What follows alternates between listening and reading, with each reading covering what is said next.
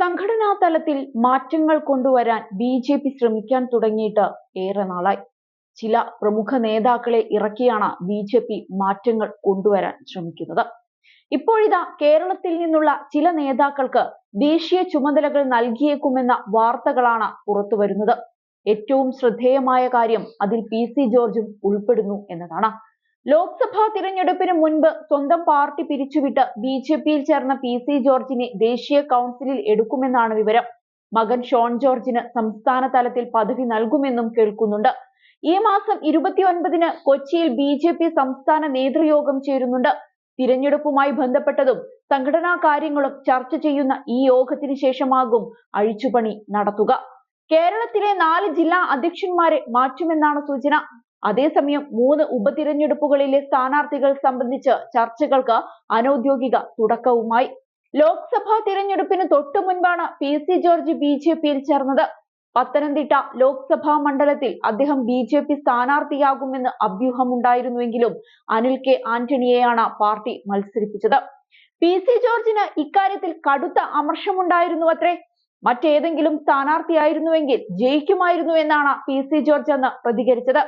PC. ജോർജിന് സംഘടനാ തലത്തിൽ പദവികൾ നൽകാൻ ബി.ജെ.പി. ആലോചിക്കുന്നുണ്ട്. ദേശീയ പദവി നൽകാനാണ് സാധ്യത. പി.സി. ജോർജിന് പ്രത്യേക പദവികൾ നൽകാതിരിക്കുന്നത് തിരിച്ചടിക്ക് വഴിയൊരുങ്ങുമെന്നും ചർച്ചയുണ്ട്. ഷോൺ ജോർജിനെ സംസ്ഥാന സമിതിയിൽ ഉൾപ്പെടുത്തുമെന്നാണ് വിവരങ്ങൾ. ജോർജ് കുര്യൻ കേന്ദ്രമന്ത്രിയായതിനാൽ സംസ്ഥാന ജനറൽ സെക്രട്ടറി പദം ഒഴിയും. ഈ പദവിയിലേക്കും പുതിയ ആളെത്തും. ആറ്റിങ്ങൽ മണ്ഡലത്തിൽ ബി.ജെ.പിയുടെ മുന്നേറ്റത്തിന് ചുക്കാൻ പിടിച്ച സംസ്ഥാന സെക്രട്ടറി എസ് സുരേഷ്, തൃശൂരിൽ സുരേഷ് ഗോപിയുടെ വിജയത്തിന് കഠിനാധ്വാനം ചെയ്ത ജില്ലാ പ്രസിഡന്റ് അനീഷ് കുമാർ, ആലപ്പുഴയിൽ മികച്ച മുന്നേറ്റം നടത്തിയ ശോഭാ സുരേന്ദ്രൻ എന്നിവരിൽ ആരെങ്കിലും സംസ്ഥാന ജനറൽ സെക്രട്ടറിയാകുമെന്നാണ് സൂചന. കോഴിക്കോട്, തിരുവനന്തപുരം, എറണാകുളം, ഇടുക്കി ഉൾപ്പെടെയുള്ള ജില്ലകളിൽ ജില്ലാ അധ്യക്ഷന്മാർ മാറും. ഉപതിരഞ്ഞെടുപ്പിൽ ആരൊക്കെ മത്സരിക്കണമെന്ന കാര്യത്തിലും ചർച്ചകൾ നടന്നുവരികയാണ്. ഔദ്യോഗിക ചർച്ചകൾ ജൂലൈ മുതലാകും ആരംഭിക്കുക. വയനാട് ലോക്സഭാ ഉപതിരഞ്ഞെടുപ്പിൽ സന്ദീപ് വാര്യരുടെ പേരിനാണ് പ്രഥമ പരിഗണന. അതേസമയം പ്രിയങ്ക ഗാന്ധിക്കെതിരെ ശോഭാ സുരേന്ദ്രനെ മത്സരിപ്പിക്കണമെന്ന അഭിപ്രായവും ഉയരുന്നുണ്ട്. എന്നാൽ ശോഭയെ പാലക്കാട് ഉപതിരഞ്ഞെടുപ്പിൽ സ്ഥാനാർത്ഥിയാക്കാനാണ് സാധ്യതയെന്നും കേൾക്കുന്നുണ്ട്.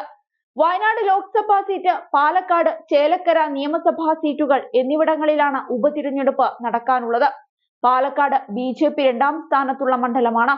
ആഞ്ഞു പിടിച്ചാൽ മണ്ഡലം കൂടെ പോരുമെന്ന പ്രതീക്ഷയിലാണ് നേതൃത്വം.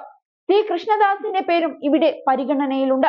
ഉപതിരഞ്ഞെടുപ്പിൽ ഏറെ ശ്രദ്ധിക്കപ്പെടുന്ന മണ്ഡലവും പാലക്കാട് തന്നെയാകും. കഴിഞ്ഞ നിയമസഭാ തിരഞ്ഞെടുപ്പിൽ പാലക്കാട് മികച്ച മുന്നേറ്റം കാഴ്ചവെക്കാൻ ബി.ജെ.പിക്ക് സാധിച്ചിരുന്നു. തിരഞ്ഞെടുപ്പിൽ എവിടെ മത്സരിച്ചാലും വോട്ടുയർത്തുന്ന ശോഭാ സുരേന്ദ്രൻ പാലക്കാട് മത്സരിക്കട്ടെ എന്നാണ് പാർട്ടിയിലെ വലിയ വിഭാഗം നേതാക്കളും ആവശ്യപ്പെടുന്നത്. ശോഭയെത്തിയാൽ മത്സരം മുറുകുമെന്ന് തന്നെയാണ് വിലയിരുത്തപ്പെടുന്നതും. ബി.ജെ.പിക്ക് വേണ്ടി 3 പേരുകളാണ് ചർച്ചയിലുള്ളത്. സംസ്ഥാന vice president Shobha Surendran, Sandeep G Warrier, C Krishnakumar എന്നിവരിൽ ആരെങ്കിലും ബി.ജെ.പി. സ്ഥാനാർത്ഥിയാകുമോ എന്നാണ് സംസാരം. ബി.ജെ.പി. ഔദ്യോഗികമായി ഇക്കാര്യത്തിൽ തീരുമാനമെടുത്തിട്ടില്ല. എങ്കിലും സാധ്യതയുള്ള പേരുകൾ മാധ്യമങ്ങളിൽ നിറയുകയാണ്. കൂടുതൽ സാധ്യത ശോഭാ സുരേന്ദ്രന് തന്നെയാണ്.